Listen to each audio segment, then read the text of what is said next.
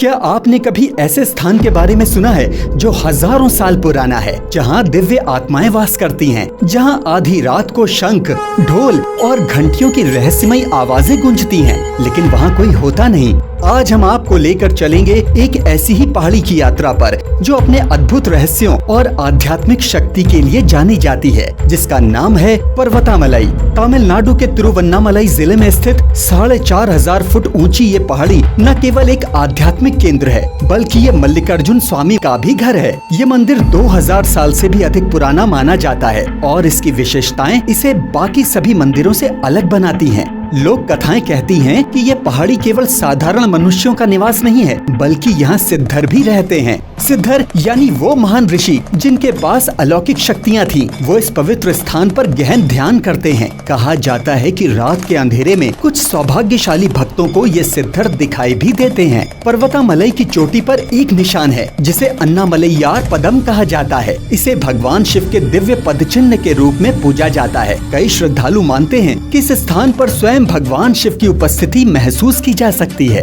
क्या आपको रामायण की वो गाथा याद है जब भगवान हनुमान संजीवनी बूटी लेने हिमालय गए थे? कुछ मान्यताओं के अनुसार जब हनुमान जी संजीवनी पर्वत को उठाकर लंका की ओर जा रहे थे, तब उसका एक हिस्सा पर्वतामलई में गिर गया था। इसलिए इस पहाड़ी पर कई दुर्लभ जड़ी बूटियाँ भी पाई जाती हैं, जो कई बीमारियों को ठीक करने की क्षमता रखती हैं। पर्वतामलई मंदिर की एक खास बात ये है कि यहाँ कोई दरवाजे नहीं हैं। ये मंदिर हमेशा खुला रहता है, जो ये दर्शाता है कि भगवान शिव के द्वार पर कोई भी किसी भी समय आ सकता है। और हाँ, इस मंदिर में कोई पुजारी नहीं होते। यहाँ भक्त स्वयं पूजा कर सकते हैं, अपने ईश्वर से सीधे संवाद कर सकते हैं। कितना अद्भुत है ना? पर्वतामलई तक पहुंचने का रास्ता आसान नहीं है। यहाँ चढ़ाई करना बहुत कठिन है। रास्ते में लोहे और लकड़ी की सीढ़ियाँ और सकरी पगडंडियाँ भी आती रहती हैं। लेकिन कहते हैं ना, जितनी कठिन साधना उतना ही बड़ा फल। जो इस कठिन चढ़ाई को पार करता है, उसे आध्यात्मिक और मानसिक शांति प्राप्त होती है।